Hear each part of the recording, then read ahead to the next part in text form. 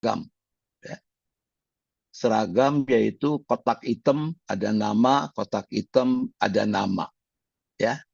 Nah, kalau saya melihat di layar sekarang, saya rada merinding sebab berasa seperti sedang ada di San Diego Hill. Karena di layar yang saya lihat cuma kotak hitam ada nama, kotak hitam ada nama. Ya.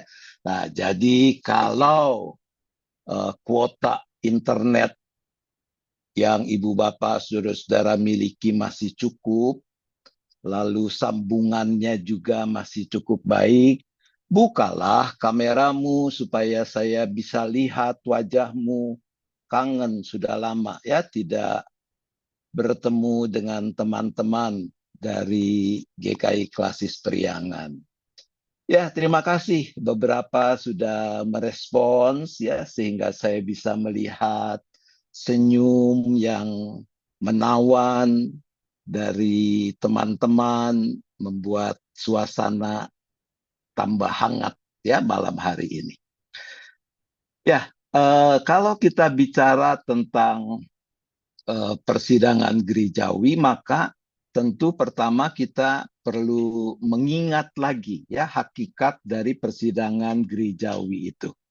Nah, saya akan mulai dengan eh, mengingatkan kita ya apa sih itu rapat atau persidangan. Jadi kalau kita melihat di Kamus Besar Bahasa Indonesia, kata rapat dan sidang dan rapat pada esensinya menunjuk hal yang sama. Ya. Ini di bawahnya itu saya kutip dari Kamus Besar Bahasa Indonesia bahwa sidang sebagai kata benda, noun, itu artinya pertemuan untuk membicarakan sesuatu. Ya rapat, itu yang dituliskan di sana. Lalu untuk entry rapat sebagai kata benda juga, maka dia diartikan sebagai pertemuan atau kumpulan untuk membicarakan sesuatu.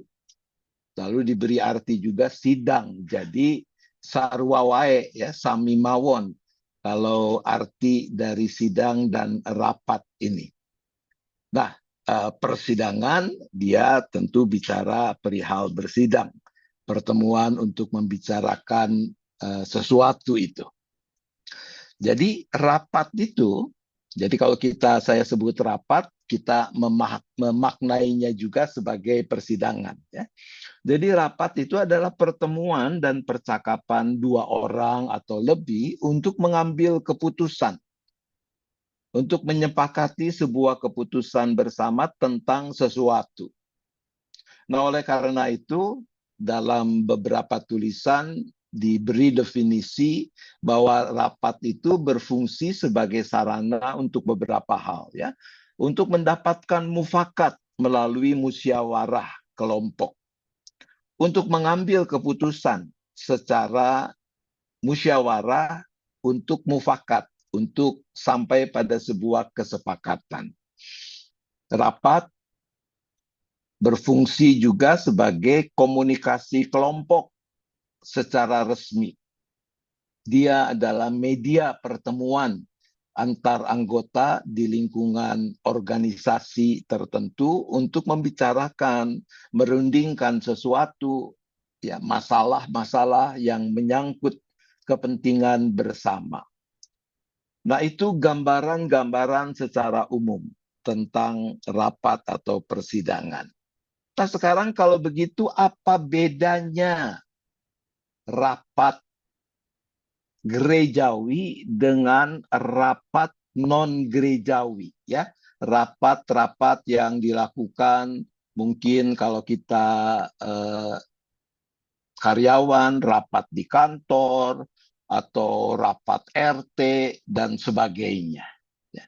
Mari silakan yang mau berbagi pendapat, jangan takut salah. Salah atau benar tetap tidak akan dikirimi makanan oleh BPMK.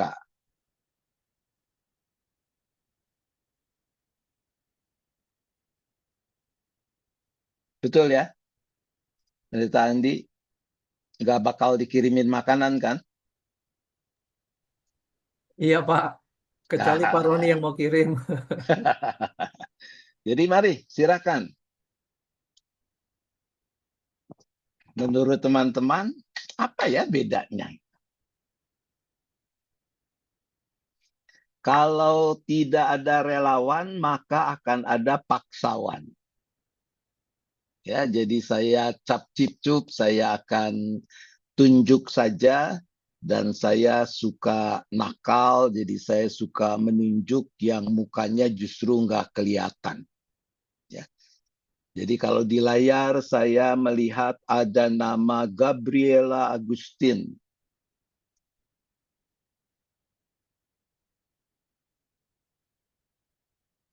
Loh, kok Iya, hilang? selamat Oh, malam. ada. Ya, mari, Iya, selamat malam. malam Pak.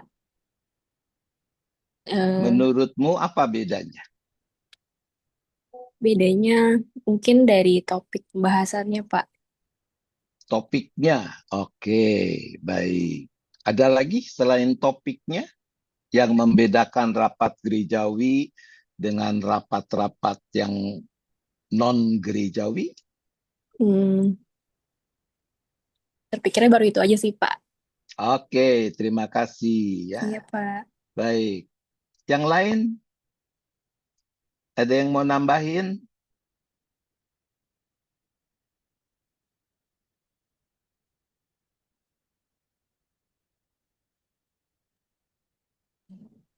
Tujuannya, Tujuannya ya, Yuni mengatakan tujuannya. Apa tuh tujuannya? tujuan rapat gerejawi adalah untuk melayani Tuhan, melayani sesama. Tetapi kalau rapat untuk misalkan rapat RT gitu, mungkin praktek ya, praktek keimanan kita, khususnya untuk ke masyarakat saja. Oke. Jadi kalau yang gerejawi ini dikaitkan juga, dihubungkan juga dengan relasi kita dengan Tuhan. Betul. Begitu ya, Yuni ya. Ya. Oke, baik ya. Nah, Nah, ini kalau kita, mari silakan. kalau saya melihat dari konteks rapat gerejawi, satu hal ketika kita mengambil keputusan itu eh, tadi setuju dengan tujuan yaitu mencari kehendak Allah dalam konteks kita hidup bergereja. Sedangkan kalau kita bandingkan dengan rapat-rapat yang non gerejawi, cenderung untuk apa yang implementatif dalam konteks itu secara umum. Oke, jadi ada yang lebih mendasar ya, yaitu kaitan kerinduan kita untuk bisa mencari mencari kehendak Allah dan bagaimana kita mau menerapkannya ya. Nah, semua jawaban itu tentu tidak salah, tapi menurut saya kalau kita mau bicara tentang bedanya rapat atau persidangan gerejawi dengan yang non-gerejawi, maka kita harus berangkat dari hakikat keberadaan gereja. Itu yang akan membedakan kenapa rapat gerejawi jadi seperti itu berbeda dengan rapat untuk eh, lembaga atau organisasi yang non gerejawi. Ya. Nah, jadi kalau kita bicara tentang kekhasan organisasi gereja, nah kembali ya pertanyaannya bedanya apa nih kalau begitu? Kalau untuk mencapai pemahaman tentang apa sih persidangan atau rapat gerejawi, bedanya dibanding dengan yang non gerejawi, itu kita berangkat dari hakikat keberadaan organisasi gereja dibandingkan organisasi sekular lain, maka kita mesti nanya lagi nih, ya, bedanya apa dong kalau begitu? Gereja sebagai organisasi dengan organisasi sekular. Mari.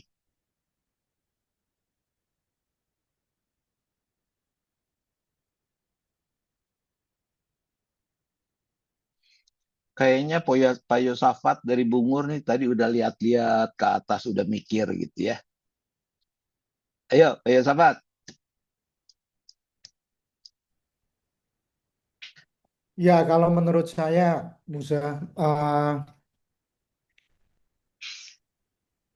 untuk organisasi rapat di gereja ini, seperti tadi yang dikatakan, untuk mencari kehendak Allah. Hmm, Tujuan utama adalah mencari kehendak Allah. Itu saja sih. oke. Nah, sekarang kalau ditanya lagi, memangnya kenapa kudu nyari kehendak Allah?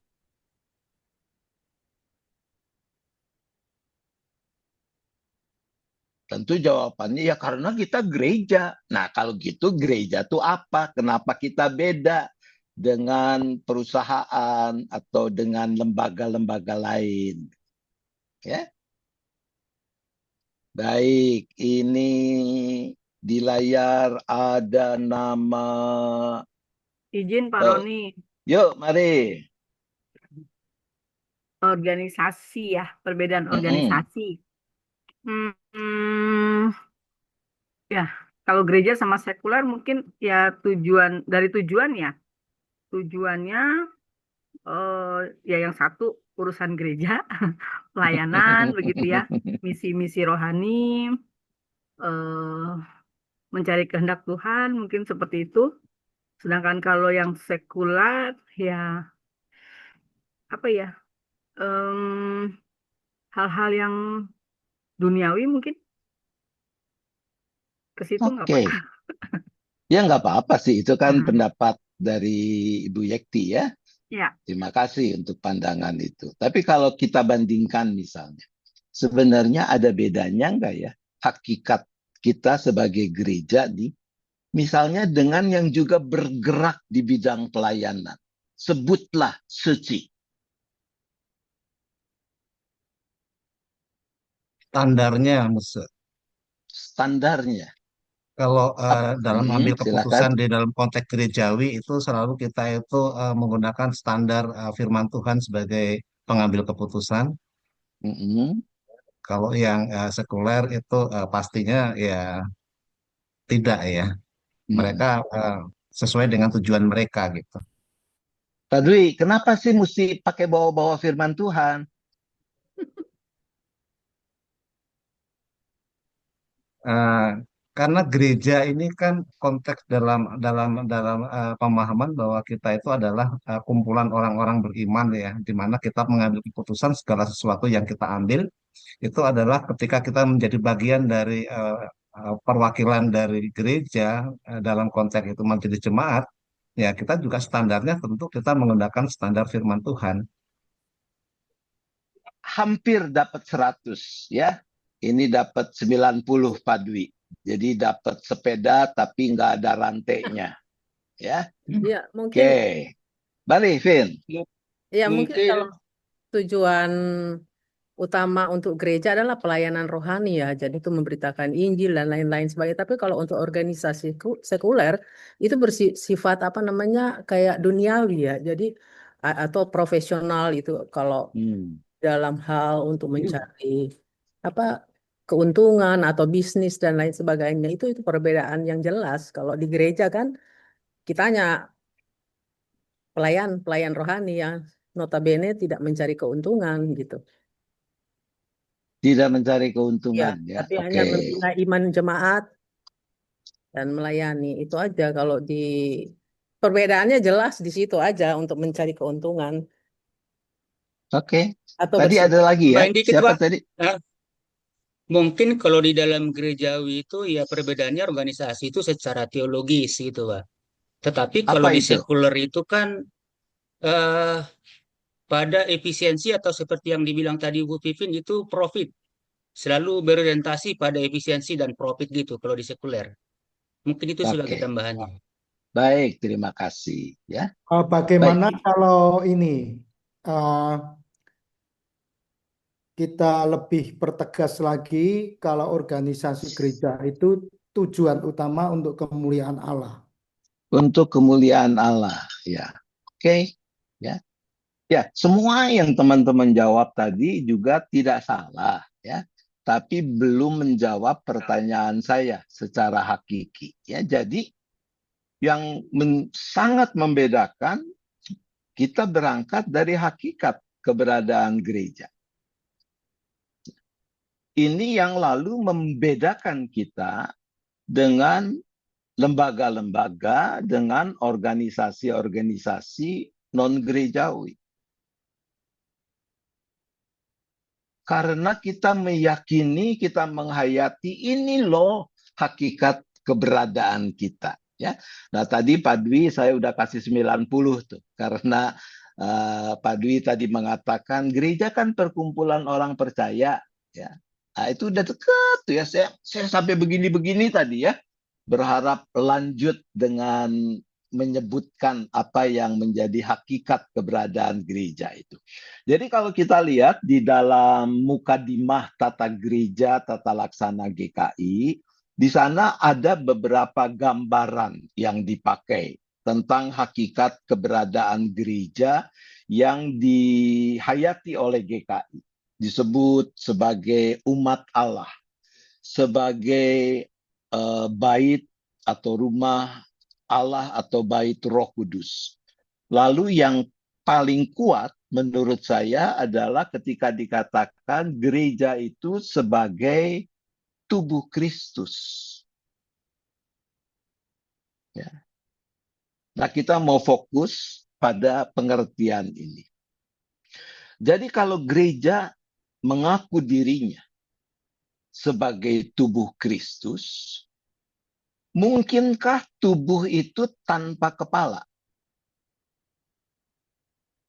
Ya nggak mungkin lah tubuh itu tanpa kepala.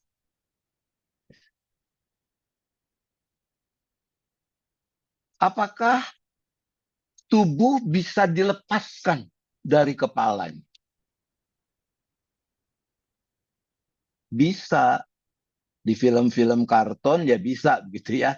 Badannya nenteng kepalanya sendiri.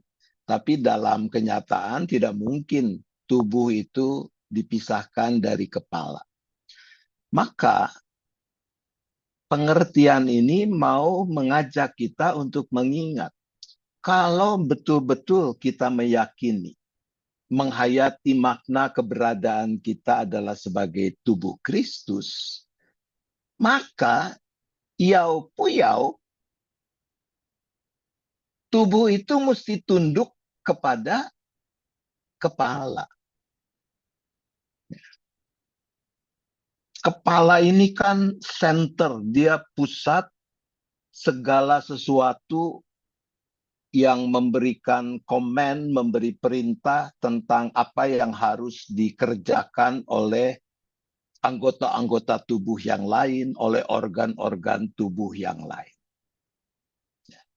Saya mengutip satu ayat dari Efesus 4 ayat 16.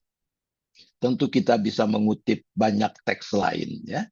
Tetapi dalam Efesus 4 ayat 16, di situ dikatakan dari dialah, dari Kristuslah sang kepala itu, seluruh tubuh yang rapi tersusun dan diikat menjadi satu oleh semua sendi yang menopangnya, menerima pertumbuhannya sesuai dengan kadar pekerjaan tiap-tiap anggota dan membangun dirinya dalam kasih. Jadi, sekali lagi, karena kita menghayati, kita memaknai dan meyakini hakikat keberadaan kita adalah sebagai tubuh Kristus, maka ya bukan pilihan soal kita mau mencari kehendak sang kepala itu atau tidak. Ya. Ini sekali lagi ya kalau orang Arab bilang, yau puyau, kudu yau.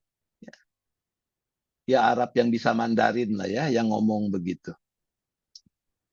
Mau tidak mau, memang harus itu terjadi. Bahwa sebagai tubuh, kita menaati kehendak sang kepala. Untuk menaati berarti kita mesti tahu kehendak sang kepala itu apa. Nah di dalam Mukadimah alinea 11, di sana kita menemukan catatan yang terkait dengan keberadaan kita semua yang ada di dalam ruang Zoom ini sebagai anggota majelis klasis. Ya. Jadi di situ dikatakan dalam rangka pembangunan jemaat, secara hakiki anggota berperan serta sesuai dengan hakikatnya dalam kesatuan dan kepelbagaiannya. Sama seperti gambaran anggota-anggota tubuh yang berbeda-beda, yang beragam, tapi lalu diikatkan menjadi satu tubuh di dalam Kristus sesuai dengan tempat, dengan fungsinya. Tapi ada yang khusus. Alinea 11 ini mengatakan sehubungan dengan itu, ada nih anggota yang dipanggil menjadi pejabat gerejawi. Jadi kalau di lingkungan GKI Klasis Priangan, seingat saya masih ada 3 ya jabatan gerejawi itu. Ada pendeta, ada penatua, dan masih juga ada diaken. Ya. Nah, para pejabat gerejawi ini dikatakan berperan memimpin gereja. Jadi tadi kita sudah omong bahwa yang menjadi kepala gereja itu ya Tuhan Yesus Kristus, bukan yang lain. Tapi kita ini mendapatkan kehormatan. Kita diikut sertakan di dalam urusan memimpin kehidupan gereja ini sebagai para pejabat gerejawi. Tapi diingatkan bahwa relasi antara anggota dengan pejabat gerejawi itu adalah relasi kasih yang setara, bersahabat, dan saling melengkapi. Artinya, kita ini bukan komisaris-komisaris di jemaat kita masing-masing. Ya. Pak Yosafat ini bukan direktur utama dari GKI Bungur. Nggak ada tuh. Kita adalah hamba-hamba Allah. Kita adalah kawan-kawan sekerja Allah. Oleh karena itu, kita harus menempatkan diri dalam kesetaraan dengan setiap dan semua anggota. Kita bukan bosnya mereka. Kita sama-sama hamba, bosnya ya cuma satu. Tuhan Sang Kepala Gereja itu. Ya. Karena itu jangan sampai terjadi. Di sana-sini itu terjadi tapi tidak di Klasis Priangan. Ya. Ada yang pernah komplain ke saya, anggota dari salah satu jemaat. Dia cerita, ibu itu dulu sebelum jadi penatua itu ramah sekali. Ya. Kalau ketemu dia ngangguk duluan. Ya. Sekarang sesudah dia jadi penatua, saya ngangguk, dia pura-pura nggak lihat, sombong banget. Nah itu tentu bukan sesuatu yang diharapkan. Ya. Karena kita dipanggil tadi untuk tetap merawat relasi kasih yang setara, bersahabat, dan saling melengkapi. Nah, di dalam Mukadimah alinea 11 itu, saya double tadi ya. Nah, dari Mukadimah itu lalu ditariklah. Jadi kalau Mukadimah itu memuat dasar-dasar teologis tentang apa yang dihayati GKI mengenai hakikat keberadaan gereja, tugas panggilannya, bagaimana gereja menata dirinya, bagaimana relasi dengan institusi-institusi lain. Nah, itu yang disebut eklesiologi GKI. Nah, itu adanya di Mukadimah. Ya. Nah, dari Mukadimah itu lalu diturunkan dalam peraturan-peraturan pokok yang belum operasional. Itu namanya tata dasar. Ngomong-ngomong yang suka nyoret-nyoret layar nih siapa ya? Oke, Tata Dasar pasal 12 dia bicara tentang pejabat gerejawi. Ya. Jadi ada beberapa ayat. Ayat pertama mengatakan begini. Pejabat gerejawi adalah anggota sidi yang menerima anugerah, kepercayaan, dan tanggung jawab pelayanan kepemimpinan dan penggembalaan di GKI. Jadi teman-teman, kalau ini disebut sekarang bahwa kita semua nih adalah anggota sidi yang menerima anugerah. Apa artinya menerima anugerah? Kalau orang kerja ya, habis bulan dapat apa?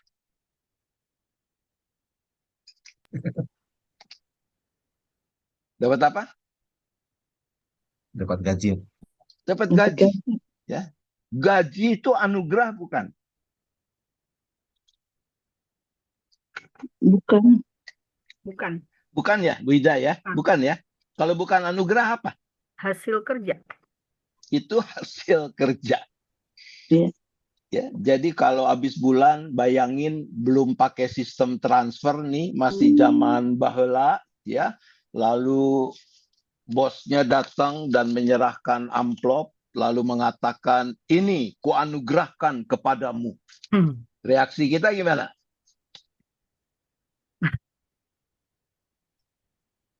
Enak aja anugerah. Ini kan gaji. Ini kan hak aku, hak gue. Ya, aku kan udah kerja, aku berhak mendapatkan gaji itu. Ya, tapi jangan buru-buru ngomel ya. Buka dulu amplopnya, hitung dulu isinya. Kalau isinya 3 kali lipat dari bulan lalu, nah itu adalah anugerah ya. Kalau 3 kali lipat. Kalau isinya tetap sama, kita boleh ngomel. Karena itu adalah hak kita. Menjadi pejabat gerejawi itu apakah hak kita?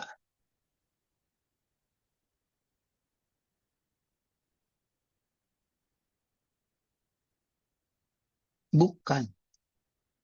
Anugerah itu pemberian. Itu adalah pemberian Allah melalui prosedur-prosedur gerejawi yang kita lakukan di GKI. Maka kalau kita memang menghayati bahwa aku menjadi pejabat gerejawi, aku menjadi pendeta, aku menjadi penatua, aku menjadi diaken, itu adalah anugerah, responsku harusnya bagaimana kalau dapat anugerah?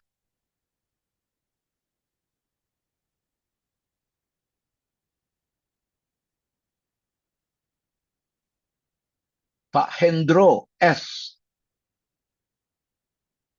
Ya, Osu, Ya, kalau dapat anugerah, respons Pak Hendro seperti apa? ya bersyukur ya.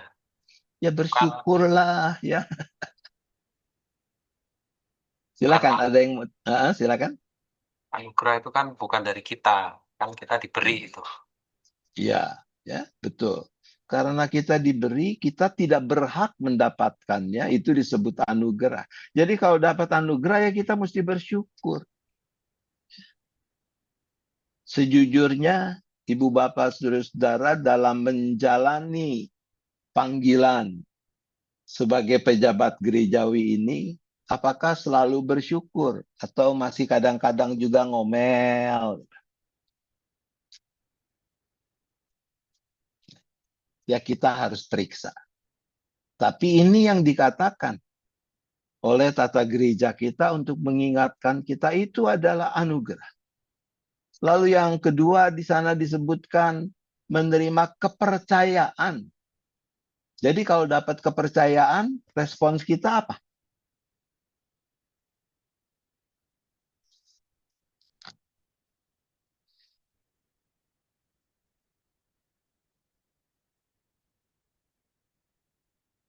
Dapat kepercayaan, tadi kayaknya Ibu Vin udah komat kamit, tapi nggak kedengeran suara.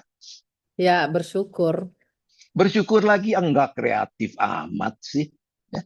Tadi dapat anugerah bersyukur. Kalau dapat Oh, sudah ada kepercayaan nih yang jangan jawab bersyukur. ya. Yang lain lagi, yang Ya, lain coba. sukacita lah, sukacita menerima anugerah itu. Ya, menerima Bertanggung jawab. anugerah tadi kan bersyukur. Nah, sekarang dapat kepercayaan, Bertanggung jawab. bertanggung jawab. Ya, kalau dapat kepercayaan itu berarti kita harus membuktikan bahwa memang kita adalah orang-orang yang dapat dipercaya. Kita harus membuktikan keterpercayaan kita. Sebab yang memberi kepercayaan itu bukan pertama-tama anggota jemaat. Tapi pertama-tama kan Tuhan yang memberi kepercayaan itu. Maka kita harus membuktikan. Juga di dalam event ketika kita melakukan rapat, ketika kita bersidang.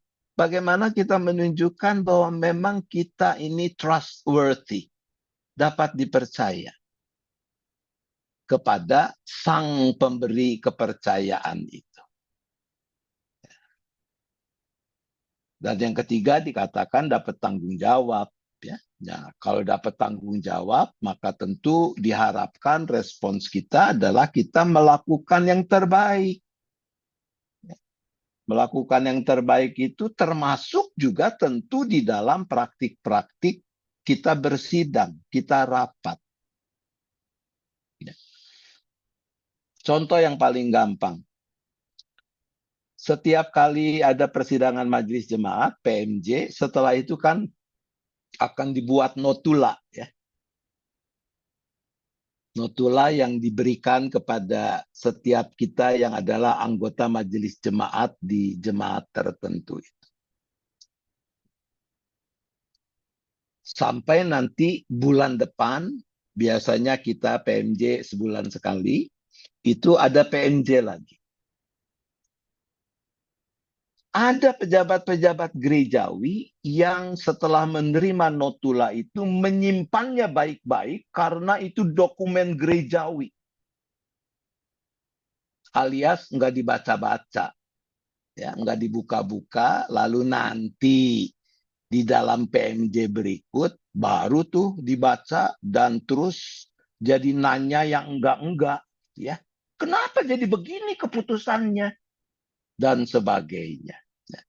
Maka rapat yang harusnya bisa selesai, persidangan yang harusnya bisa selesai dalam tempo 1 jam, bisa akhirnya jadi mulur-mulur sampai 3-4 jam. Gara-gara kita sebagai anggota, kita tidak cukup bertanggung jawab. Kalau kita bertanggung jawab, maka kita mau melakukan yang terbaik. Ya. Soal kecil, kaitan dengan persiapan. Ibu, bapak, saudara-saudara nih, kalau mau ada PMJ, ya, mendoakan tidak PMJ yang akan dilakukan itu. Atau doanya nanti nunggu pas pembukaan doa pembuka PMJ aja. Ya. Kalau ini onsite, nih saya udah keliling, saya tunjuk satu-satu. Kamu doa enggak? Ya.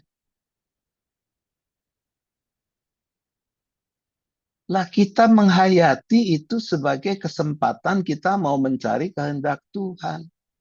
Tapi kita tidak mempersiapkan diri dengan sebaik-baiknya termasuk persiapan spiritual tadi. Apa yang lalu bisa kita harapkan? Nah, oke, kita terus ya. Ini kita tahu pejabat gerejawi kalau dalam tata gereja GKI memang hanya disebut 2. Ya, pendatua, pendeta. Tapi kita menerima kekasan di klasis periangan. Ada satu lagi yaitu diaken. Oke.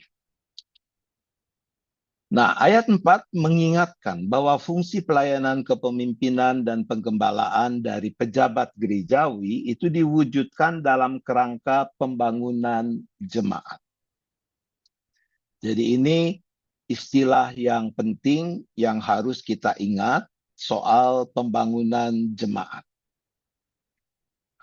Nah, di dalam penjelasan tata dasar pasal 12, Di sana kembali diingatkan ya bahwa posisi fungsi pejabat gerejawi itu berwatak sekaligus esensial, mendasar, penting, dan ministerial, sifatnya melayani sebagai pemimpin gereja berdasarkan panggilan Allah melalui gerejanya. Lalu masih dalam penjelasan di sana dikatakan kita boleh tambah lah ya, penatua, diaken, dan pendeta secara hakiki punya kedudukan yang sama. Dalam pengertian yang satu tidak berada di bawah atau di atas yang lain. Dengan demikian GKI menolak hierarki jabatan gerejawi. Jadi kalau di dalam kemajelisan ada katakanlah yang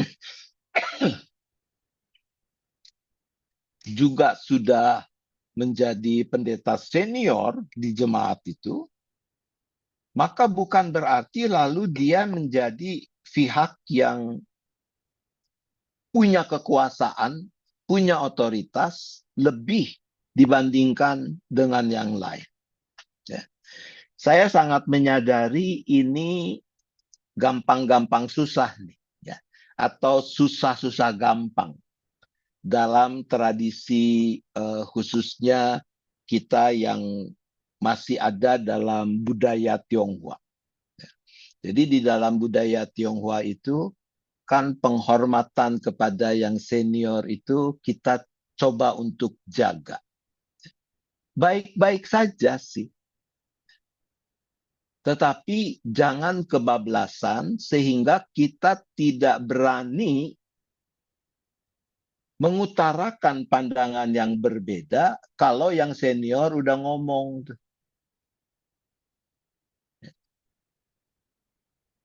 Tentang pejabat gerejawi ini, penatua dan diaken ini, saya punya gambaran seperti ini.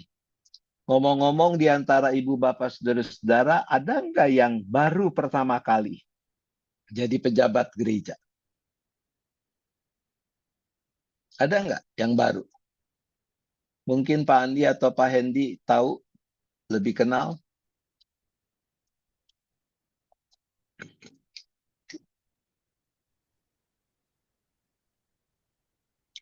Nanti bulan Maret ada yang baru diteguhkan enggak? Ya, ada. Ada ya? Oke. Ya, Jadi ya. saya membedakannya gini nih. Ada pejabat gerejawi itu yang masuk klaster fresh from the oven. Jadi kalau fresh from the oven ini masih anget ya, itu yang baru. Betul-betul baru mengemban tugas sebagai pejabat gerejawi. Tapi ada juga yang masuk klaster kedua itu klaster nasi goreng. Kalau kita bikin nasi goreng atau beli nasi goreng, nggak habis, baru kemakan separoh. Yang separohnya kita buang? Kita buang apa kita simpan?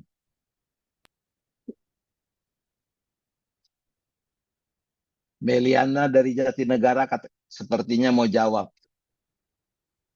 Mel, dibuang apa disimpan? Simpan aja, Musa.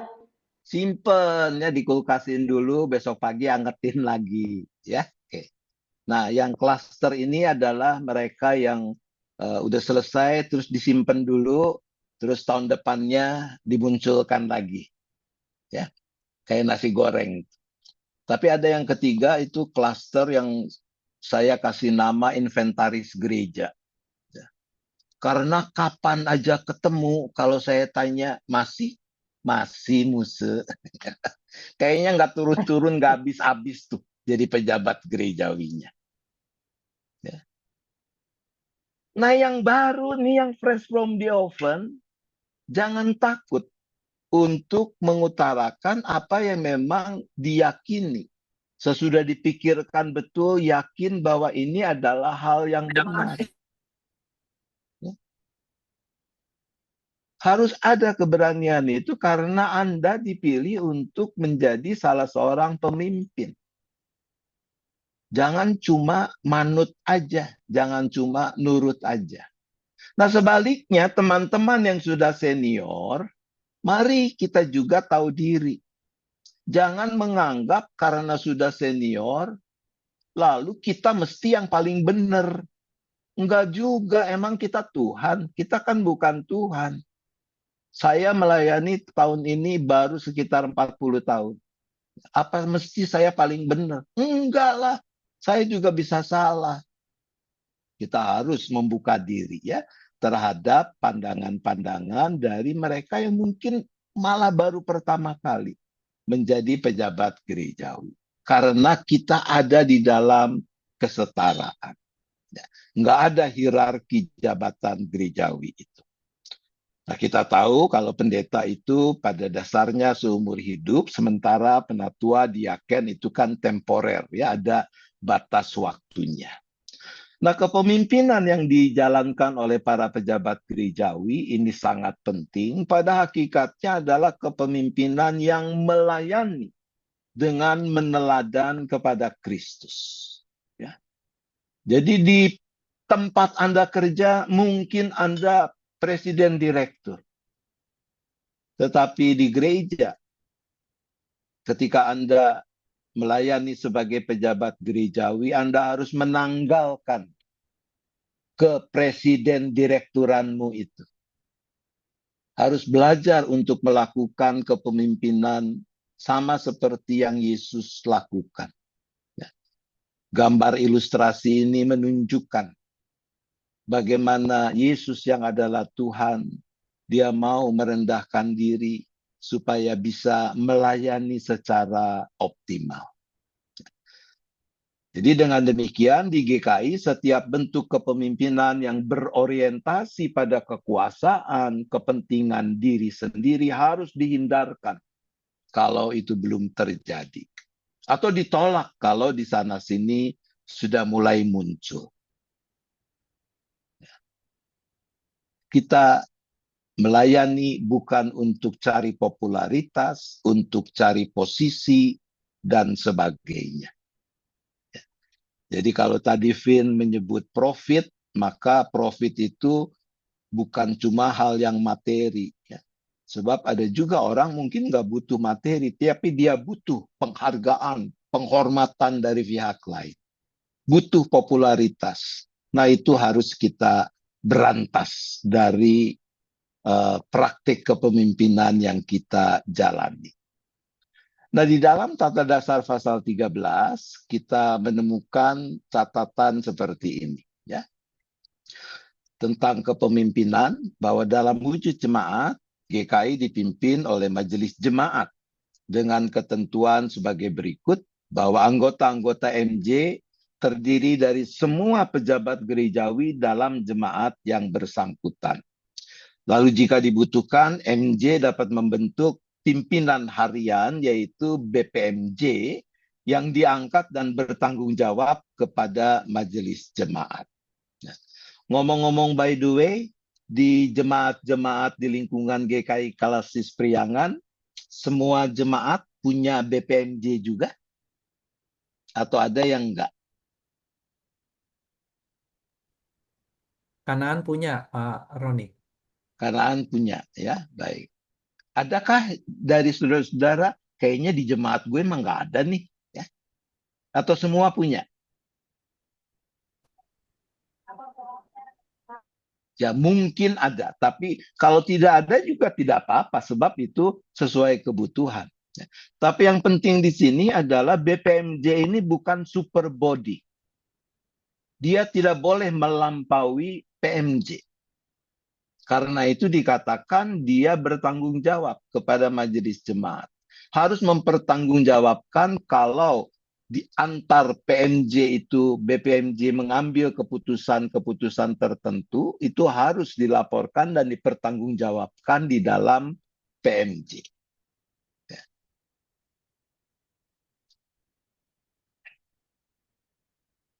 Nah, kita menemukan sekarang kata yang penting lainnya. Ya, bahwa majelis jemaat dan badan pekerja majelis jemaat bersifat kolektif kolegial.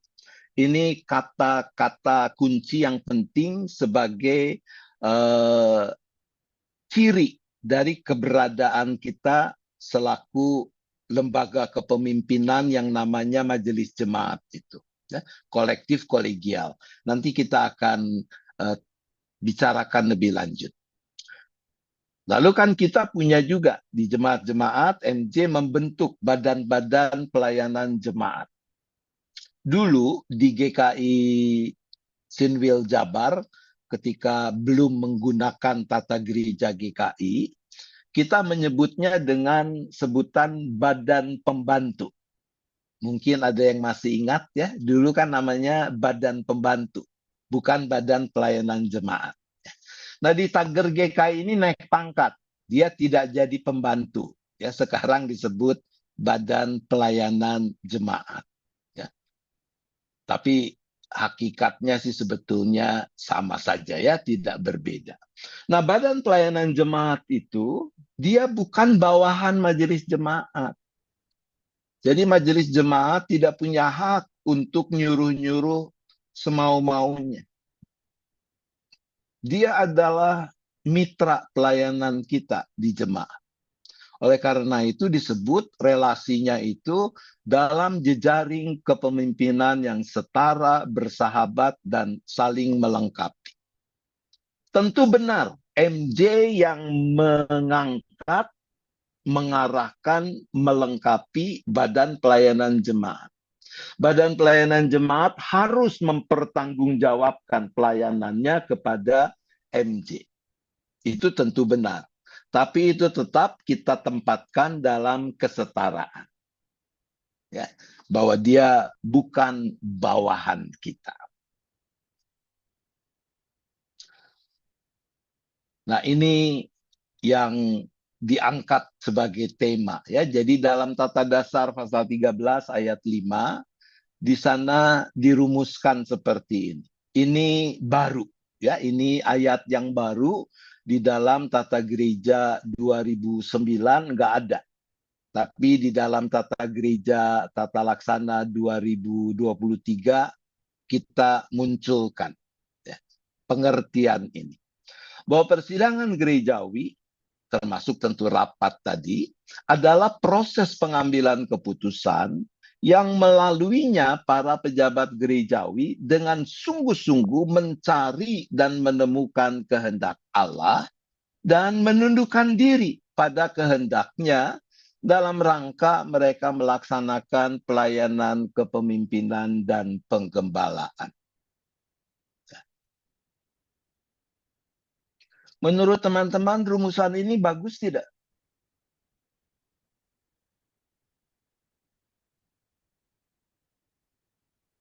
Bagus nggak rumusan ini? Baguslah ya. Saya susah tuh merumuskannya. Nah, bukan bagus enggaknya. Ini hasil pergumulan kita, tetapi di dalam rumusan ini kita menemukan ini loh. Karena kita ini tubuh Kristus, kepalanya adalah Tuhan Yesus Kristus, maka persidangan-persidangan kita, rapat-rapat kita, mestinya isinya ya kayak begini. Untuk segala hal yang kita percakapkan, kita mau mencari, menemukan kehendak Allah dan menundukkan diri pada kehendaknya itu. Jadi kalau disebut seperti ini, berarti untuk urusan apa kita mencari kehendak Allah? Apakah ada urusan tertentu yang boleh kita percakapkan, pertimbangkan tanpa kesungguhan mencari kehendak Allah? Ada enggak dalam rapat-rapat kita urusan yang kalau ini mah kita putusin sendiri aja?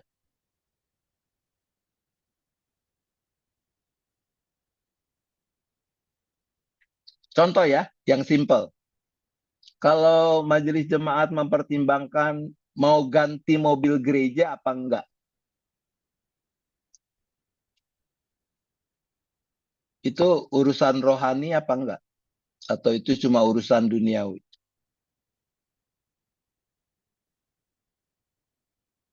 Bagaimana menurut teman-teman?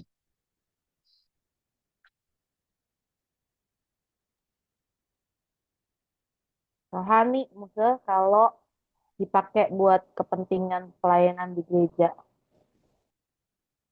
Udah pastilah itu dipakainya untuk kepentingan pelayanan, ya. Tapi pertimbangannya apa kalau kita katakan kita mau mencari kehendak Allah juga dalam urusan mau ganti mobil apa enggak?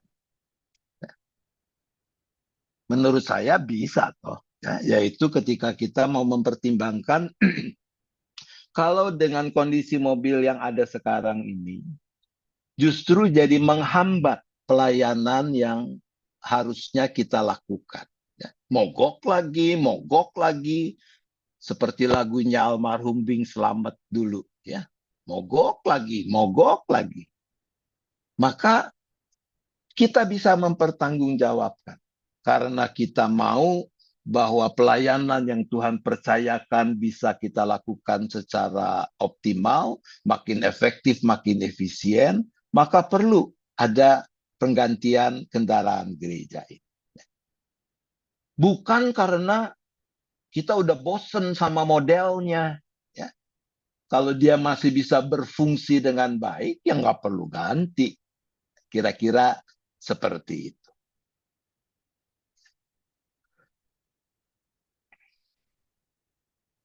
Nah, sekarang kita akan melihat kekasan yang lain terkait dengan panggilan spiritual. Jadi dalam pasal 88, ini syarat penatua, mestinya kalau untuk klasis priangan juga dia menjadi syarat buat diaken ya. Acuannya sama ya, ke pasal ini ya. Pendeta Hendy, Pendeta Susi, Pendeta Andi, sama ya, acuannya kemari ya. Jadi diaken juga syaratnya kan sama ya. Pertama yang disebutkan termasuk juga ini karena sama adalah untuk syarat pendeta di pasal 109. Jadi ayat 1 bicara komitmen dan hal pertama yang dikatakan adalah ini. Bahwa sebagai pejabat gerejawi, entah penatua, diaken, atau pendeta, kita harus menghayati panggilan kita ini adalah panggilan spiritual dari Allah melalui GKI. Oleh karena itu kita bersedia hidup dalam anugerah Tuhan, menunjukkan kelakuan yang sesuai dengan firman Tuhan. Jadi istilah panggilan spiritual ini melekat ya pada keberadaan kita. Kita nggak bisa ngomong, iya saya dipaksa sih sama Musa, mesti terima nih jadi diaken, mesti terima jadi penatua. Nggak bisa tuh. Bisa sih bisa lah ya, tapi nggak boleh. At the end, pada akhirnya kita harus menghayati itu sebagai panggilan spiritual. Lalu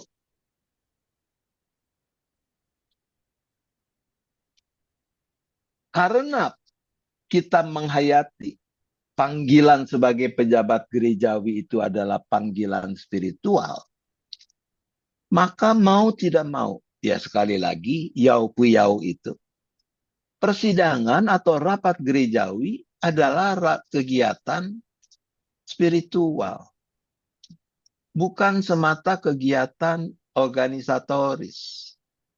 Nah, dalam rangka itu lalu kita selalu ingat pemimpin utama pemilik gereja ini adalah Tuhan Yesus Kristus. Bukan kita, sekalipun mungkin persembahan kita paling gede. Ya. Maka kalau kita menghayati panggilan kita adalah panggilan spiritual, lalu semua kegiatan yang kita lakukan dalam kehidupan gereja adalah kegiatan spiritual, maka harus jelas apa yang menjadi sumber spiritualitas kita yang memungkinkan tadi bahwa dalam persidangan itu kita mencari kehendak Tuhan, menundukkan diri pada kehendaknya. Nah, buat saya tidak ada yang lain kecuali ini. Jadi ini yang kalau teman-teman sudah aktif di GKI Sinode Wilayah Jawa Barat mulai tahun 97-an, mestinya masih mengingat. Ini yang kita sebut sebagai saripati kehidupan gereja. Jadi berdasarkan kesaksian Alkitab, kita tahu ketika manusia jatuh ke dalam dosa, putus hubungannya dengan Tuhan Sang Sumber Hidup. Tetapi Tuhan Allah Trinitas itu dia tidak tega kalau kita binasa. Maka dia mengulurkan tangan untuk menolong, menyelamatkan kita.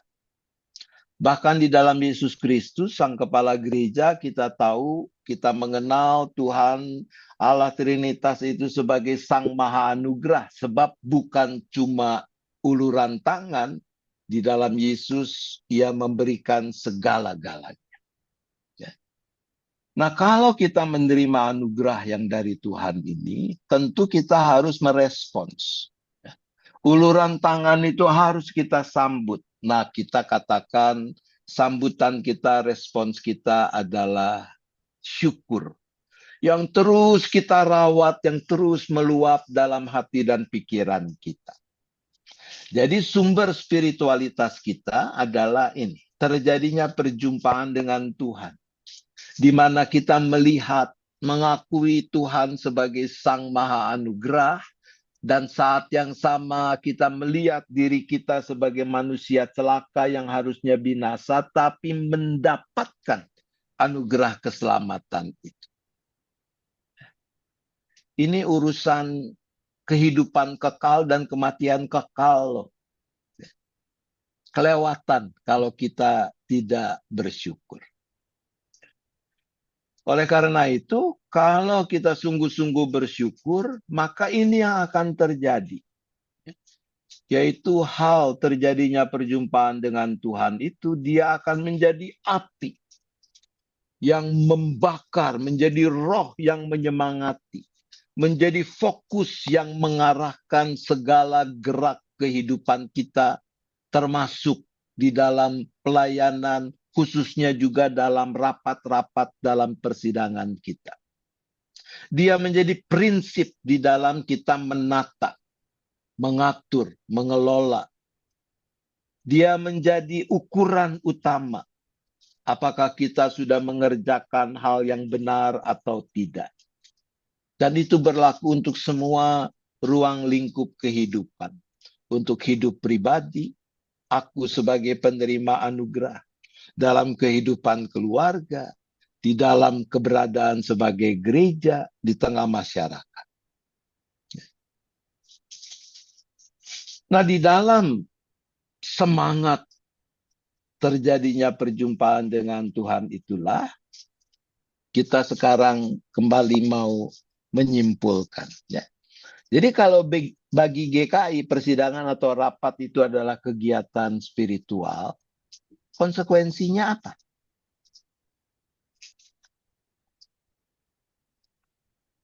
Mari.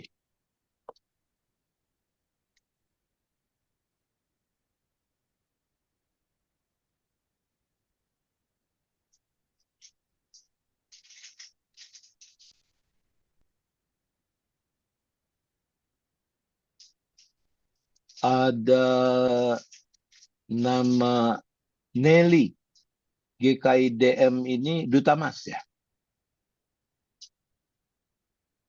Betul, Duta Mas. Oh, iya Pak, dari Iya, Duta Mas oke. Pak. Betul ya? Iya, baik.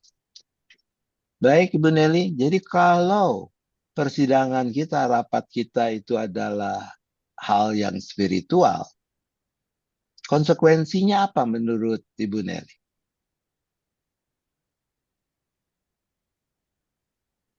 Mungkin hal yang berkenan kepada Tuhan. Hal yang berkenan kepada Tuhan, itu yang harus kita cari ya di dalam rapat-rapat kita, dalam persidangan-persidangan kita. Iya, Oke, ya terima kasih Bu Nelly ya. sama-sama Jadi Pak. Kalau saya menggambarkan dengan ungkapan lain seperti, kalau itu adalah kegiatan spiritual, maka rapat-rapat kita, persidangan kita, mestinya dia menjadi upaya untuk mencari dan memberlakukan kehendak Tuhan secara kontekstual. Ya. Kita kan tahu firman Tuhan tidak berubah, tapi konteks keberadaan kita kan berubah terus. Ya. Maka kita harus cari nih, dengan keadaan situasi yang berubah seperti ini, apa ya yang Tuhan kehendaki untuk kami lakukan. Ya. Dan pasti perubahan itu terjadi di setiap jemaat kita. Terjadi juga mempengaruhi kehidupan anggota-anggota jemaat kita, keluarga-keluarga mereka, dan seterusnya. Apa yang Tuhan mau untuk kami lakukan? Dan itu dilakukan melalui proses yang mengikut sertakan manusia sebagai kawan sekerja Allah, hamba Allah, doulos, ya, budak, dengan Roh Kudus sebagai penolong. Sekarang pertanyaan praktis lagi. Persidangan-persidangan kita ini di gereja, rapat-rapat kita awali dengan apa?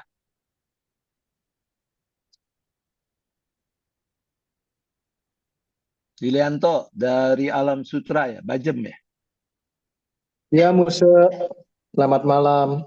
Selamat malam. Kalau rapat mulai dengan apa?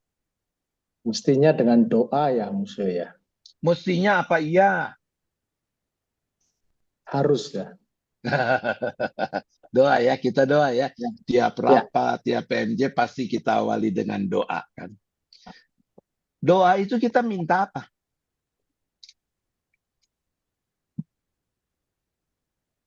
Kita minta Roh Kudus pimpin kita supaya rapat yang berjalan itu seturut dengan atau mengacu pada kehendak Allah, bukan ego atau keinginan dari masing-masing ya. Oke. Kita minta pimpinan Tuhan dengan Roh Kudusnya itu. Ya. Tapi selesai amin, apakah kita masih membiarkan Tuhan memimpin kita?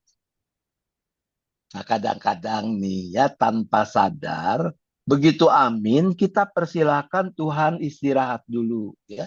Tuhan istirahat dulu lah, karena sekarang kami mau rapat.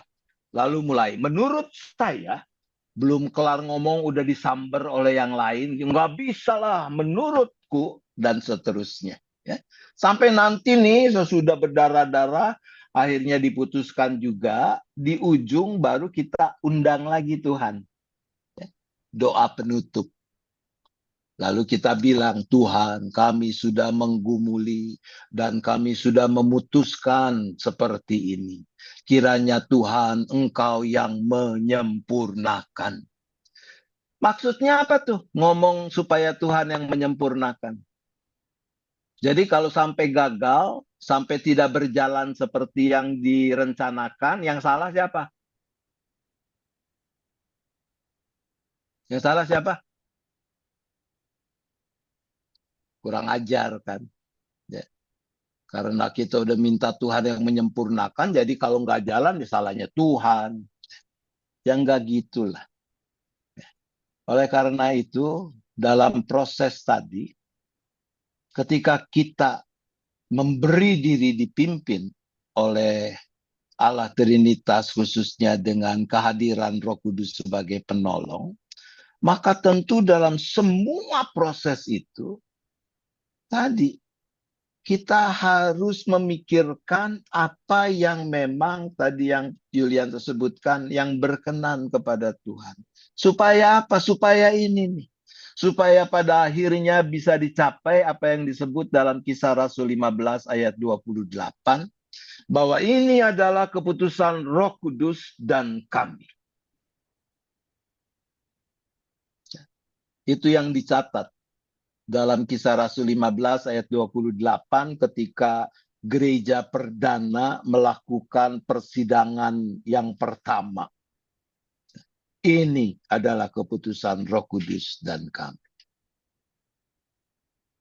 Dan mestinya kita bisa menjadikan ini sebagai koridor. Ya, ketika kita dalam PMJ, dalam rapat-rapat kita memutuskan sesuatu, maka kita harus ngecek, bisa nggak kita mengatakan ini adalah keputusan Roh Kudus dan kami. Kalau lalu kita yakin nggak bisa nih, ini mah cuma keputusan kita doang. Kita harus cek lagi.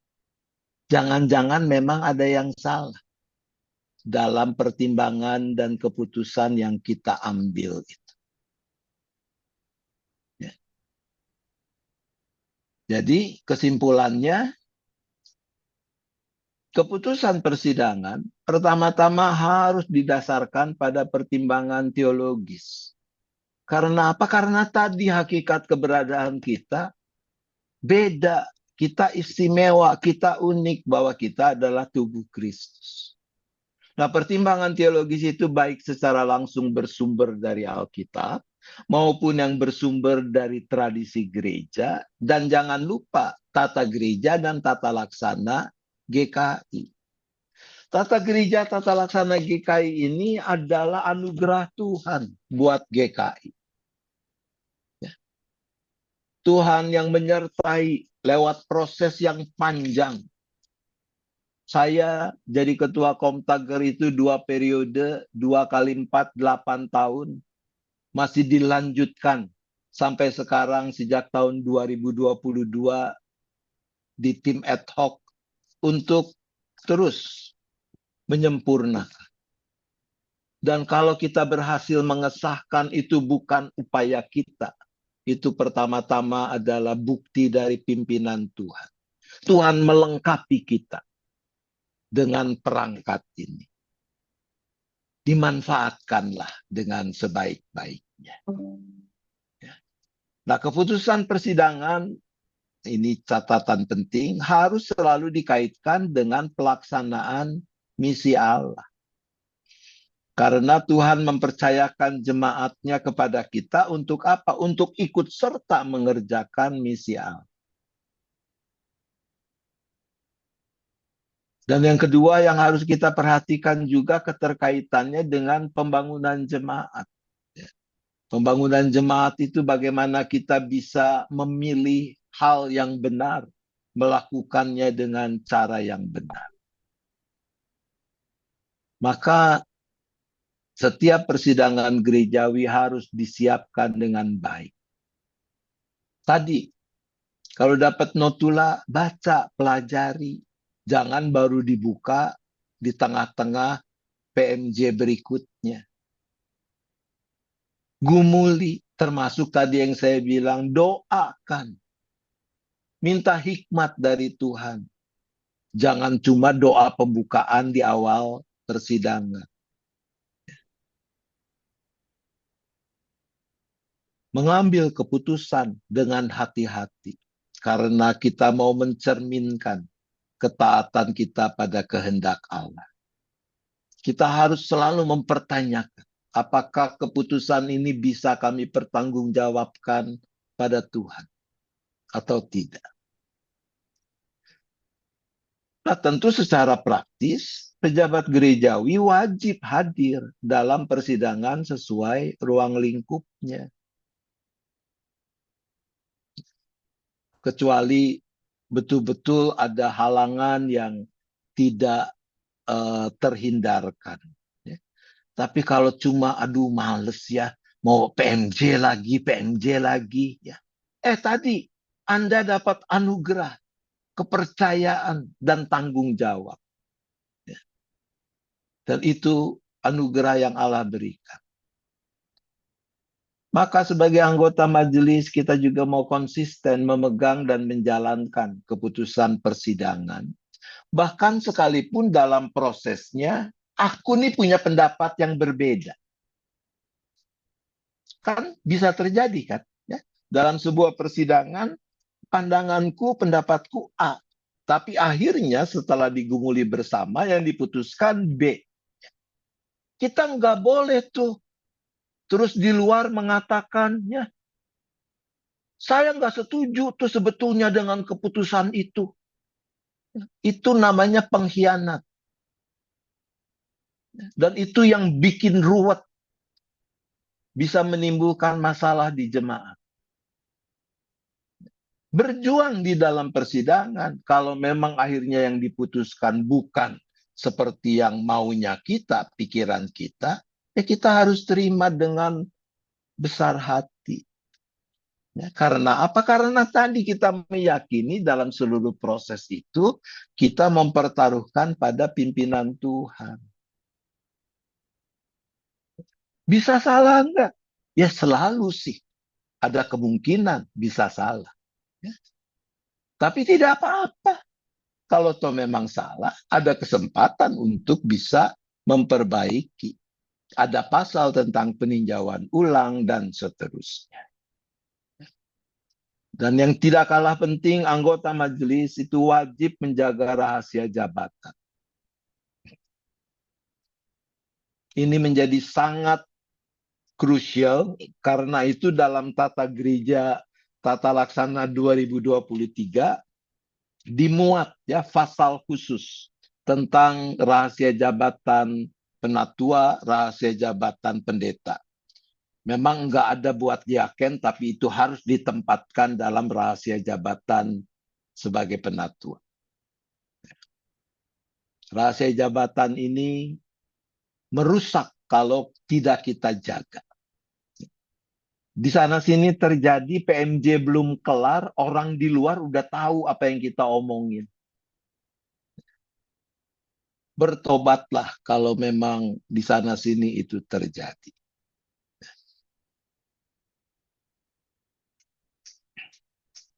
Nah, ini hal-hal yang terkait dengan pengaturan ya tentang persidangan-persidangan kita. Bahwa untuk jemaat itu PMJ, tapi sejajar dengan itu juga ada PMK, ada PMSW, ada PMS. Ya.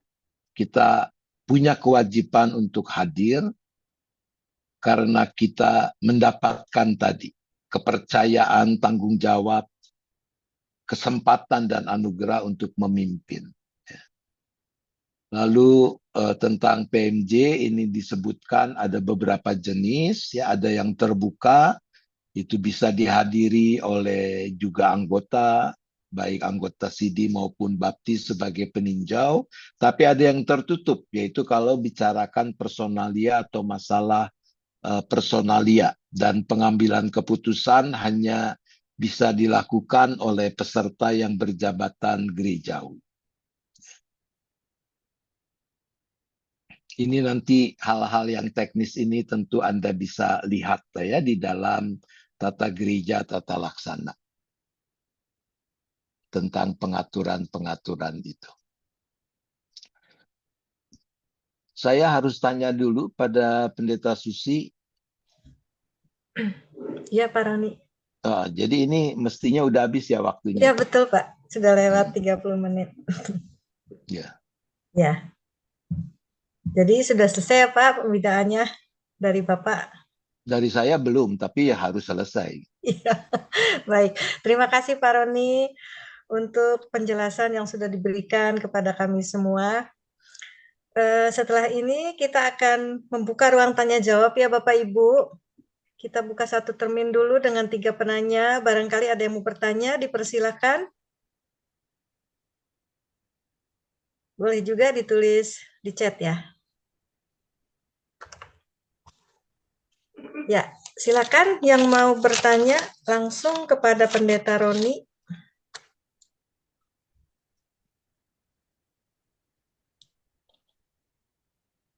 Di chat ada nih ya, dari Paul. Ya, ada di chat ya Pak Roni. Ada 2 pertanyaan. Pertama, mengapa dalam GKI gembala itu tidak ada dalam jabatan gerejawi? Lalu yang kedua, bagaimana kita yakin poin-poin yang kita putuskan dalam PMJ itu betul kehendak Tuhan, bukan kehendak manusia. Bagaimana kita tahu pendapat si A dalam PMJ itu adalah kehendak Tuhan. Ya. Oke, langsung ya. Langsung saja ya Pak ya. Ya, baik. Ya, jadi memang kita tidak pakai term gembala karena yang kita sepakati untuk kita gunakan adalah pendeta. di gereja lain memang mereka lebih, atau dua istilah itu dipakai bersamaan, bahwa kalau ada beberapa pendeta misalnya, ada yang jadi gembala, ada yang bukan, asisten gembala nih ya, dan seterusnya. Kalau kita tidak. Ya. Karena itu memang kita pilih, kita pakai terminologinya adalah pendeta.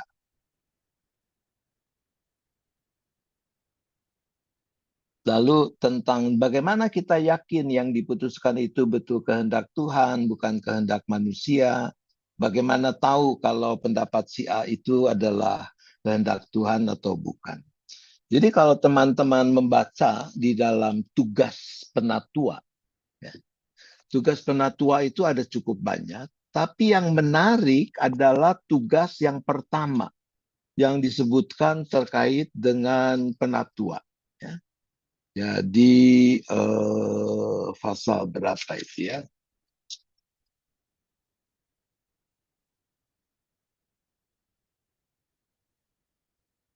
Oke, pasal 87. Pasal 87 tentang tugas. Ada tugas umum, ada tugas kepemimpinan struktural. Tugas umum, A, berarti itu yang pertama disebut, mempelajari dan mendalami firman Allah. Jadi bagaimana kita tahu itu kehendak Tuhan atau bukan, itu akan bergantung dari seberapa dekat hubungan kita dengan Tuhan, seberapa kita merawat spiritualitas kita dalam kerangka hubungan dengan Tuhan tadi. Ya. Sama lah ya, seperti kalau kita menjalani kehidupan sebagai suami istri kan. Makin lama kita makin kenal karakter pasangan kita. Ada hal-hal yang dia nggak usah ngomong, kita udah tahu. Ya. Karena kita sudah lebih mengenal. Dan ini mau menegaskan tentang penghayatan panggilan spiritual tadi. Jadi, jawaban saya, kita akan makin yakin kalau kita makin mengenal Tuhan. Kalau kita makin mendalami apa yang menjadi kebenaran firman-Nya. Ya, termasuk juga untuk pertanyaan di butir 2 itu, bagaimana tahu pendapat si A atau si B itu kehendak Tuhan. Tapi kalau kita baca Alkitab aja sesempatnya, ya, atau hanya ketika dapat tugas jadi lektor di dalam kebaktian minggu, bagaimana kita bisa kenal Tuhan?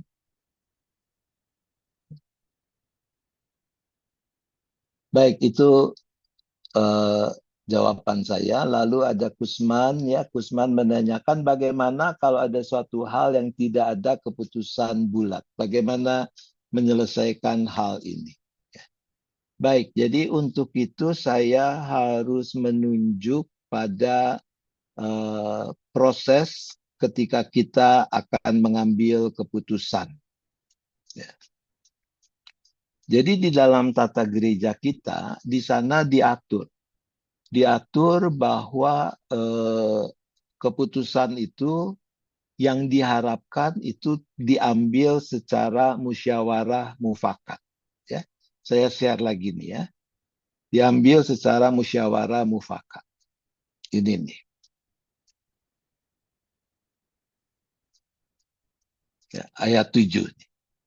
Keputusan persidangan diambil secara musyawarah untuk mufakat. Dalam hal musyawarah untuk mufakat tidak tercapai, keputusan diambil dengan pemungutan suara secara tertutup.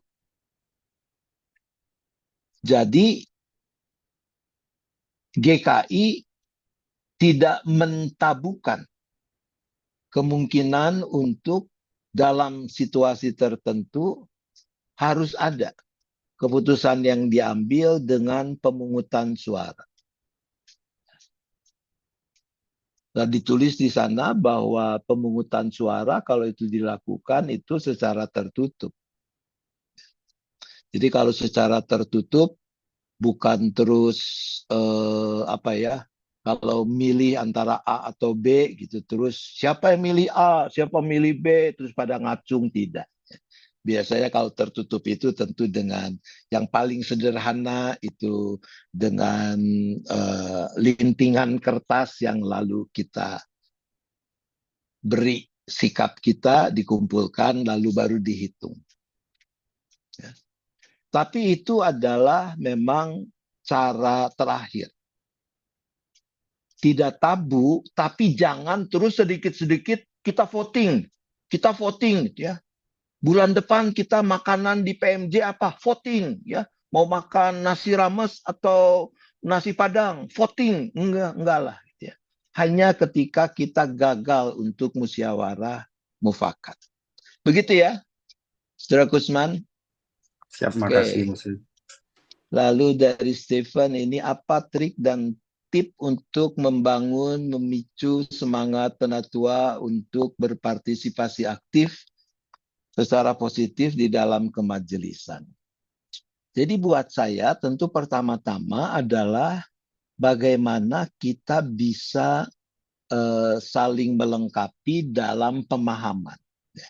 Jadi penatua itu apa sih? Ya. Jadi diaken itu apa sih? Itu sebabnya tadi saya bicara agak panjang tentang anugerah, tentang kepercayaan, tentang tanggung jawab, ya. Sekalipun tidak terkait langsung dengan urusan persidangan. Ya. Nah, ketika kita bisa membagikan,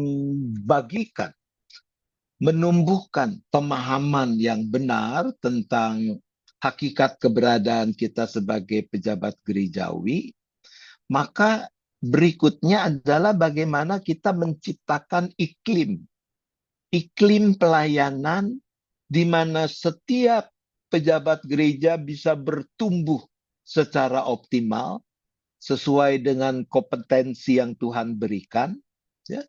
Sambil pada saat yang sama terjadi sinergi di antara kita sebagai satu kesatuan lembaga majelis jemaat. Ya. Sederhananya, kita harus mengupayakan bahwa suasana persidangan kita itu menyenangkan, ya. Sehingga orang kangen. Ya. Ayo dong PMJ lagi dong. Ya. Kok lama amat sih kita nggak PMJ? Ya. Itu saking kangennya. Ya. Jangan terus orang dapat undangan, PMJ lagi. Ya. Nah, itu berarti suasananya pasti tidak menyenangkan. Dan kalau itu terjadi, itu akan sangat mempengaruhi tadi soal bagaimana berpartisipasi aktif. Maka seperti apa yang dilakukan oleh BPMK malam ini menjadi penting. Tapi kan nggak bisa cuma setahun sekali diperlengkapi itu. Tadi malam nggak Ya. main di Liga Bandung. Jadi harus dilakukan secara teratur. Sebab mungkin memang ada orang-orang yang belum tahu. Ya. Belum tahu tentang hal-hal misalnya yang terkait dengan tata gereja, tata laksana. Kita belum bicara studi kasus nih. Ya. Bagaimana menghadapi situasi-situasi tertentu yang real dihadapi. Ya. Nah, kalau nggak tahu tentu harus diperlengkapi supaya bisa makin berpartisipasi aktif dan positif. Ya. Oke, ini ada pertanyaan lagi ya. Ini bagaimana menghadapi senior yang merasa paling benar dan paling tahu tata gereja. Suruh ngobrol sama saya. Ya, tentu di sana sini selalu ada ya orang-orang yang demikian. Nah, tadi kan saya sudah mengingatkan bahwa sebagai pejabat gerejawi kita punya sifat yang disebut kolektif kolegial. Ya. Kolegial itu mau menekankan kesetaraan. Oleh karena itu yang senior mestinya juga ikut gitu pembinaan seperti ini. Jangan merasa karena udah senior nggak perlu lagi dibina. Ya. Nah, apa yang bisa dilakukan di dalam Alkitab? Ya kita kembali tentu kepada Alkitab sebagai sumber utama. Kalau kita tahu ada yang berbuat salah dan kita tidak mengingatkan, kita salah. Tapi ketika kita mau mengingatkan, maka kita dipanggil untuk mengingatkan dengan kasih. Ya. Kita tidak mempermalukan. Dan saya kira dalam budaya Tionghoa itu sangat diperhatikan. Ya, bagaimana urusan kita memberi muka kepada pihak lain. Apalagi yang lebih senior. Tapi harus tetap ditegur. Harus diberi masukan. Kalau memang yang disampaikan, yang dipikirkan, yang dikemukakannya itu memang salah. Tapi kalau dia memang paling tahu dan memang benar apa yang dia katakan, ya kita ya mesti terimalah, ya. Jangan juga karena engkong-engkong yang ngomong gitu ya, terus udahlah orang tua nggak usah dipedulikan, nggak juga kan. Ya kita harus cek apakah yang disampaikannya itu benar atau tidak. Ya. Nah kira-kira seperti itu. Ini dari Warsono, apakah ciri PMJ yang lebih lama waktunya, pembahasan lebih mendalam termasuk mencari kehendak Tuhan? Kalau lebih lama menurut saya bukan kriteria utama. Ya belum tentu lama itu menunjukkan keseriusan kita mencari kehendak Tuhan. Nah, tapi kalau pembahasan yang lebih mendalam, menurut saya itu salah satu. Ya. Enggak cuma ya udahlah. Ya. Tapi sama-sama mau memikirkan. Ketika ada satu masalah, apa sih opsi-opsi untuk jalan keluar atau keputusan yang bisa dipilih. Lalu kita bedah masing-masing opsi, kekuatan, kelemahannya, positif, negatifnya, dan seterusnya. Lalu kita pilih mana yang kita tahu paling bisa kita pertanggungjawabkan pada Tuhan. Nah, kalau itu dilakukan, boleh jadi ada konsekuensi, waktunya jadi lebih panjang. Tapi jangan dibalik gitu ya, bahwa makin lama makin panjang waktunya kita akan makin benar. Enggak juga gitu. Begitu ya Pak Sono. Ya, baik. Sudah tidak ada pertanyaan lagi di chat ya. Apakah masih ada? Ada satu ini Pak. Menurut Pak Roni pribadi, idealnya berapa lama PMJ itu berlangsung? Jadi gini, ini tips yang saya coba praktikan ya, dan saya sharingkan. Jadi kalau di kemajelisan itu kan dalam struktur itu ada pembidangan. Nah, saya nggak tahu di jemaat masing-masing kalau di kelas priangan pembidangannya sama atau tidak. Ya. Maka kita bisa menyepakati bidang ini harus ada rapat bidang. Bahan yang akan masuk ke PMJ itu harus dimatangkan dulu di bidang. Jadi dari bidang itu nanti ada 2 klaster materi untuk dimasukkan menjadi bahan PMJ. Ya. Klaster yang pertama adalah hal-hal yang sifatnya informatif. Kalau informatif nih berarti mestinya nggak usah dipersoalkan. Karena memang lebih informatif. Tapi ada klaster yang kedua, ini masuk kategori permasalahan. Jadi misalnya bidang persekutuan, melihat menemukan ada permasalahan A. Maka bidang dalam rapatnya harus menggumuli dulu. inti persoalannya sebenarnya apa.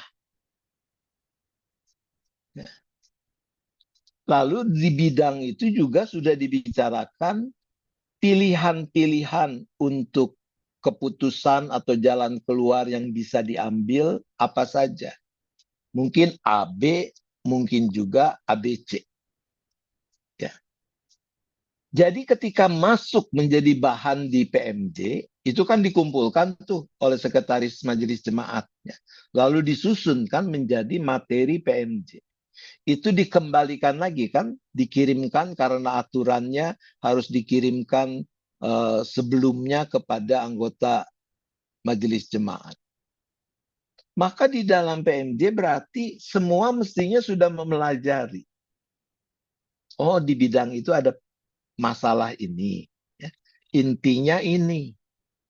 Yang sudah dipikirkan sebagai opsi untuk jalan keluar atau keputusan ABC. Maka di dalam persidangan itu kita tinggal membedah. Tadi, kalau A plus minusnya apa, B plus minusnya apa, dan seterusnya, lalu kita bersepakat. Tentu di dalam kesungguhan kita tadi, mencari kehendak Tuhan, menundukkan diri pada kehendak Tuhan, kita menyepakati ini yang kita putuskan. Ya. Nah, model seperti itu dalam pengalaman saya itu bisa meningkatkan efektivitas dan efisiensi persidangan. Tapi memang mengurangi kesempatan buat orang yang doyan ngomong. Menurut saya nggak apa-apa. Karena PMJ bukan buat omon-omon. Untuk kita tadi mencari kehendak Tuhan, memutuskan apa yang berkenan kepada Dia. Maka peran pimpinan persidangan juga penting dalam rangka efektivitas dan efisiensi persidangan itu. Paling celaka kalau pimpinan persidangan tidak menguasai permasalahan. Bentar-bentar nengok lagi ke sekretaris, ini sebetulnya ada apa ya? Masalahnya apa ya? Jangan jadi pimpinan persidangan kalau tidak menguasai permasalahan. Sorry kalau saya ngomong agak keras, tapi menurut saya harusnya ya begitu. Begitu ya, Pak Andi.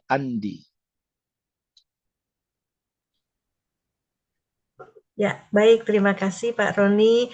Apakah masih ada di antara Bapak Ibu yang tidak menanyakan pertanyaan kepada Pak Roni? Silakan. 5 menit lagi ya. Jika tidak ada, kita bisa menutup pembinaan malam ini ya, Mus Andi Huang. Ya, Musa Susi. Boleh Ya. saya minta 2 menit ya? Boleh, Pak. Karena dalam surat itu sebetulnya ada satu hal yang diharapkan juga. Nah, saya langsung tunjukkan saja dari screen ya, yaitu relasi persidangan majelis jemaat dengan persidangan-persidangan ruang lingkup yang lebih luas. Ya. Jadi langsung saja ya, to the point. Setiap pejabat gerejawi di GKI itu otomatis menjadi anggota rangkap 4. Ya. Jadi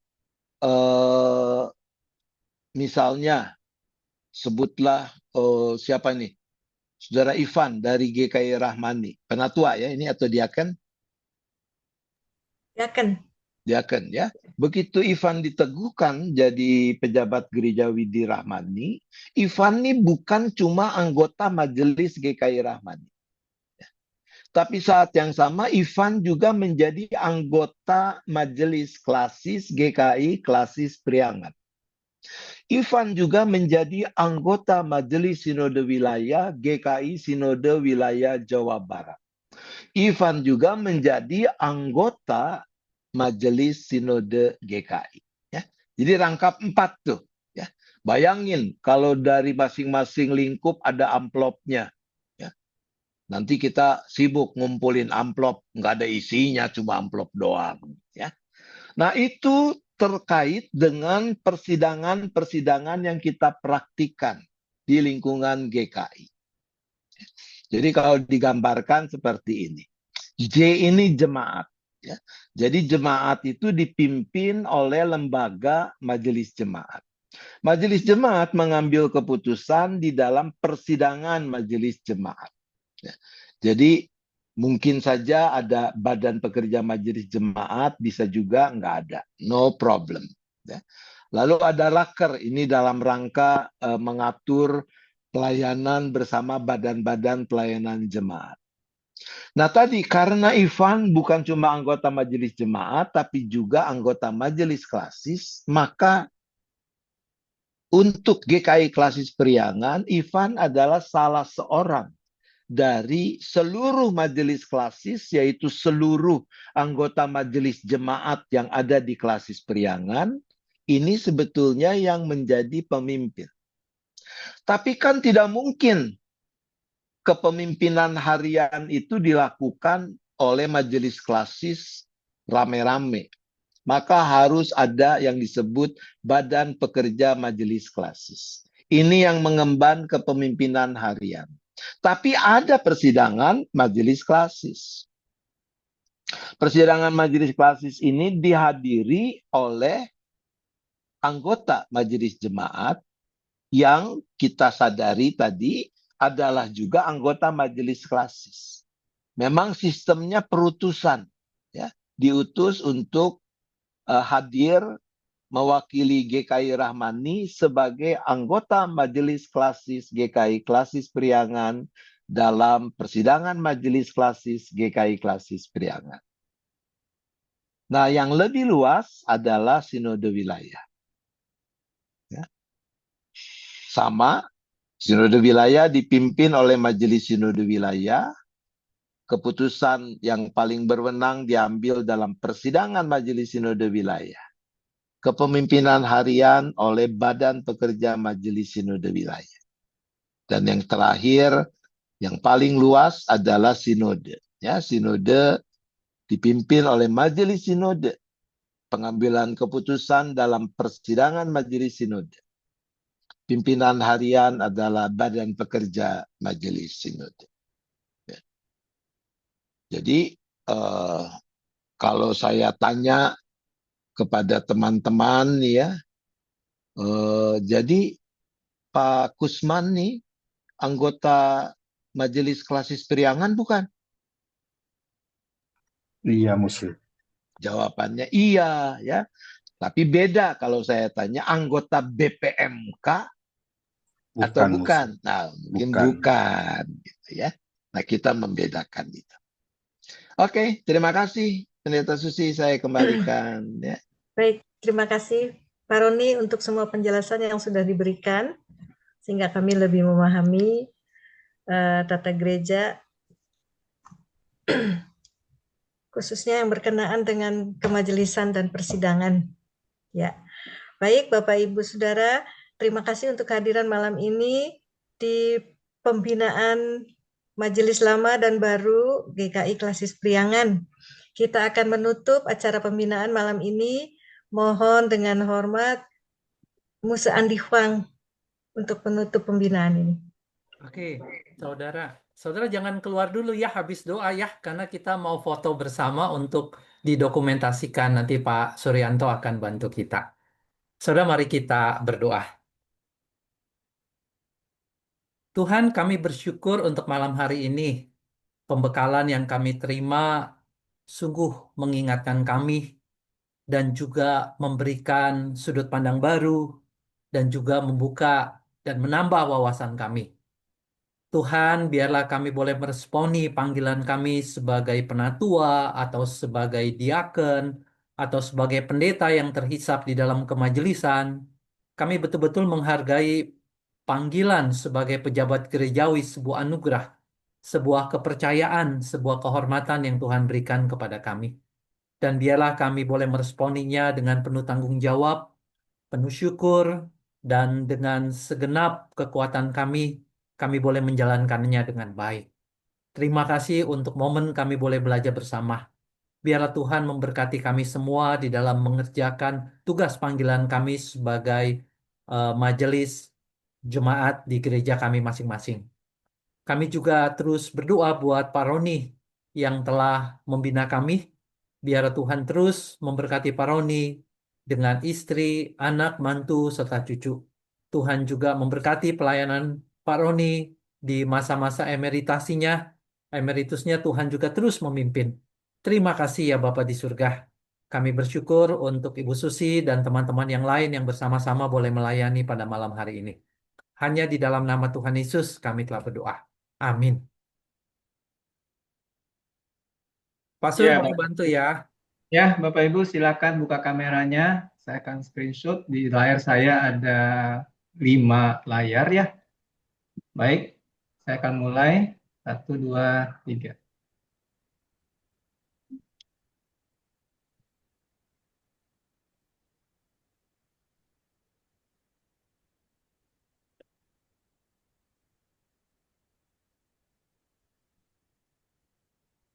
Oke, sudah selesai.